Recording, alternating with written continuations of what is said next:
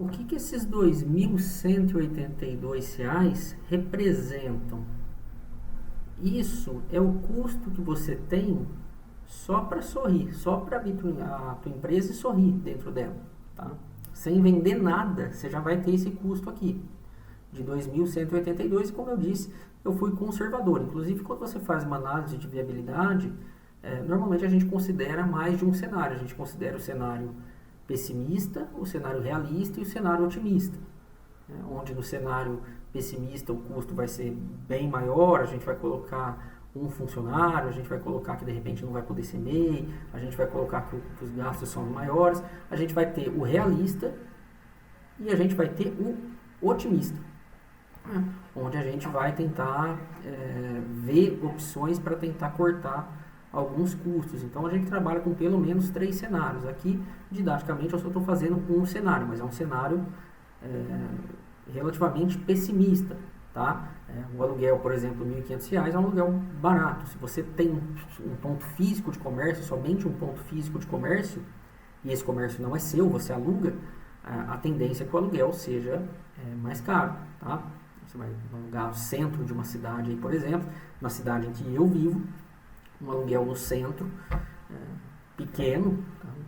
nada grande, assim, coisa de 100 metros quadrados ou até menos, é R$ 3.500, R$ 4.000.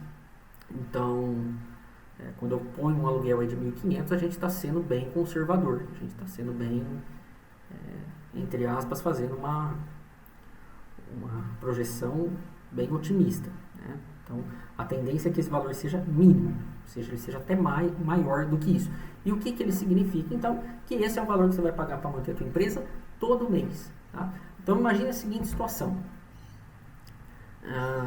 Você vai lá no primeiro mês, tá? Então, vou colocar aqui, ó. Vou colocar aqui, ó, primeiro mês.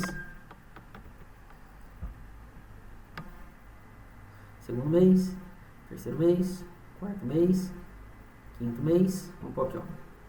Primeiro, segundo, terceiro, vamos fazer uma projeção de 5 meses aí.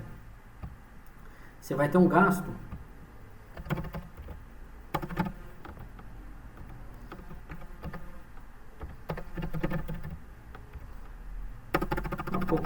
vou chamar de gasto. Você vai ter um gasto fixo.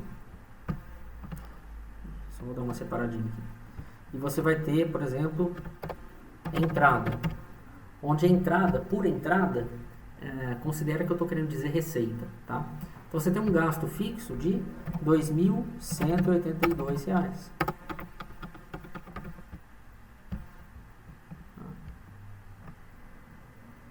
E a gente vai replicar isso para todo mês. Então todo mês você vai ter um gasto de R$ 2.182. Todo mês.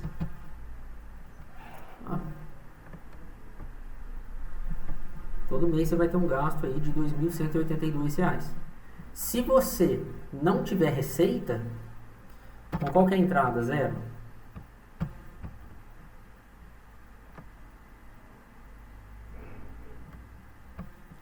Ou seja, qual que é o seu resultado?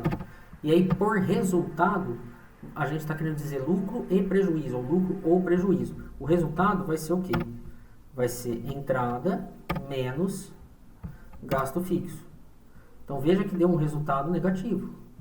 Menos R$ 2.182. E a gente vai fazer isso para todos os meses. Então, a gente fez uma projeção de 5 meses aí, e nos 5 meses você saiu negativo em R$ 2.182. Então, você teve um resultado total negativo. Então, eu vou colocar aqui, ó, prejuízo total de a soma de todos esses valores aqui. R$ 10.910.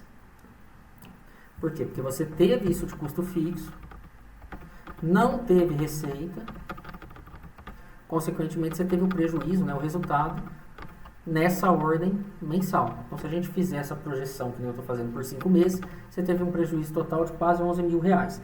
Então, como que você vai sanar esse prejuízo, ou seja, como que você dá sustentabilidade financeira para a tua empresa. O que você está querendo dizer, Rafael?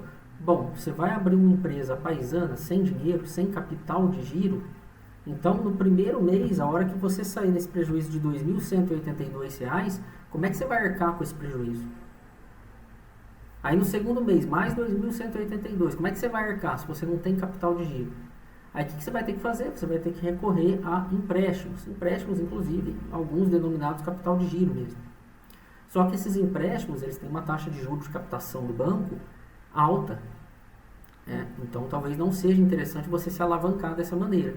Então, aqui a gente consegue entender, pelo menos um pouco, qual que seria o teu capital de giro. Quanto que eu precisaria de capital de giro para tentar começar a movimentar o meu negócio? Depende. Mas tudo isso aqui que é gasto fixo é o passivo da empresa, é o passivo circulante lá da empresa, é o passivo, faz parte do passivo cíclico da empresa, que é aquelas despesas que você tem todo mês. Então é natural que você pegue esse valor que você tem todo mês e multiplique por um expoente para que você consiga suportar esse prejuízo, porque às vezes vai demorar para o seu negócio 1, 2 anos até ele começar a ter lucro. Então esse é o primeiro ponto que eu chamo a atenção, que eu vou chamar aqui de capital de giro, tá? Então não existe uma fórmula, tá, pessoal? Um número mágico. Eu pego meu custo fixo, multiplico por 5, por 6, por 10, por 12 e acho meu capital de giro. Não existe isso. Tá? O cálculo real, na verdade, do capital de giro, ele é bem mais complexo que isso, mas já te dá um bom norte. Tá? Não existe uma análise de viabilidade extremamente correta, não é uma ciência exata, mas você fazer, de repente, preparar para 3 cenários, já sabendo quanto que você vai pagar de aluguel no ponto que você quer alugar, quanto que é o mínimo de água, de conta de água, que a empresa que fornece lá para a sua cidade, para o seu município cobra de PJ, quanto que é o mínimo de energia, etc. Quando você começa a saber tudo isso, aí você consegue ter essa noção de capital de giro melhor e você consegue começar a entender quanto que você precisa faturar para ter determinado lucro, que é o próximo passo que a gente vai fazer agora. Então eu vou seguir aqui a mesma lógica, tá? Eu tenho 2.182 de custo fixo. Se você compra uma mercadoria, aliás, vou mudar a abordagem. Se você vende mercadoria com uma margem de resultado, e aí vamos definir o que é margem de resultado aqui.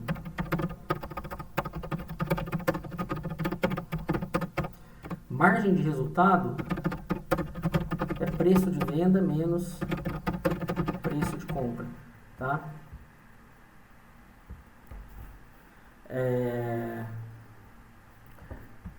Isso aqui a gente chama também de RCM, tá? Resultado com mercadoria. É preço de venda menos preço de compra. É um pouco diferente de um outro conceito bastante utilizado, que é margem de contribuição.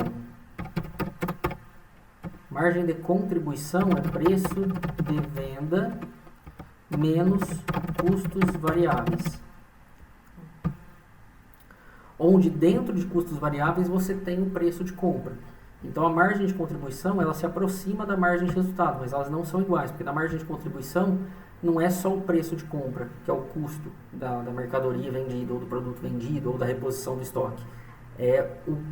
Também vai entrar o que você tem de outros custos variáveis. Então se você é uma empresa que paga imposto simples nacional, vai entrar a tua alíquota de imposto naquele mês.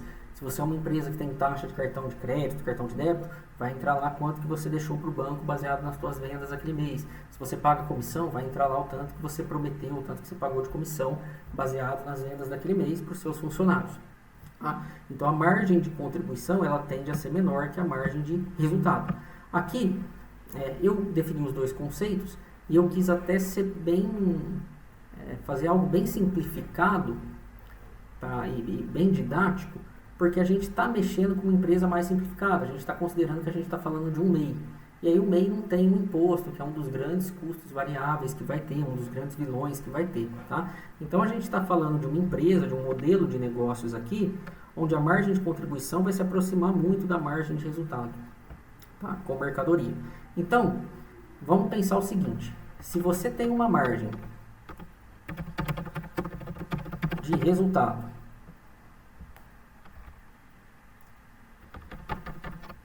de 100%, tá? E eu vou colocar a indagação aqui para ter a reflexão. O que isso significa? Tá? Então, você tem uma margem de resultado com mercadoria de 100%. O que isso significa? Significa que tudo que você vendeu... Então, qual foi o teu faturamento do mês? O teu faturamento no mês foi o dobro do que você pagou nos custos das mercadorias vendidas. Então, para você ter um faturamento de R$8.000 em determinado mês, você precisou consumir R$4.000 em estoque. Então, veja bem, eu comprei um refrigerante por R$2, vendi por R$4. Logo, eu estou tendo 100% de margem de resultado, ou seja, vendi por 4, comprei por 2. Esses 2 é o preço que eu paguei no refrigerante. O preço que eu paguei no refrigerante, ele é um custo variável. É o custo que a gente chama de custo da mercadoria vendida, o custo do produto vendido.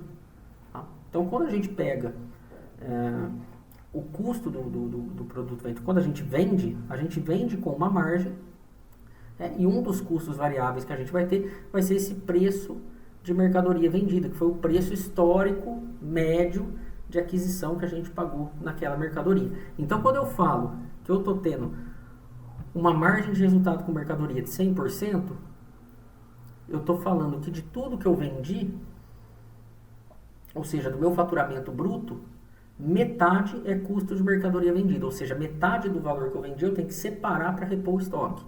Basicamente isso. Então, eu vou até escrever aqui para ficar claro. Então, significa que do meu faturamento bruto, metade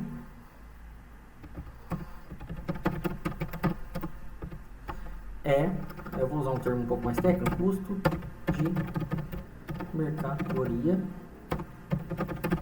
vendida. E aqui eu vou pôr um termo mais didático, reposição de estoque. Tá? É isso aqui. Opa.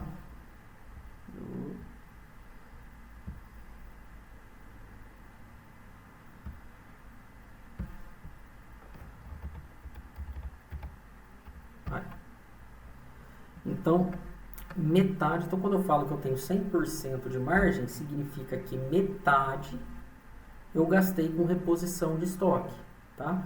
Então, agora vamos pegar essa definição de margem de resultado, margem de contribuição e começar a entender um outro conceito, e aí eu vou dividir a aula novamente para não ficar extensa, chamado ponto de equilíbrio, ou seja, quanto que eu preciso vender para que eu pelo menos fique no 0 a 0. Veja que aqui a gente está num resultado que a gente não está no 0 a 0, a gente está 100% negativo, porque a gente não tem faturamento. Só que quando a gente começa a ter faturamento, não adianta eu vender R$ 2.182, porque desses R$ 2.182 eu tenho que repor o estoque.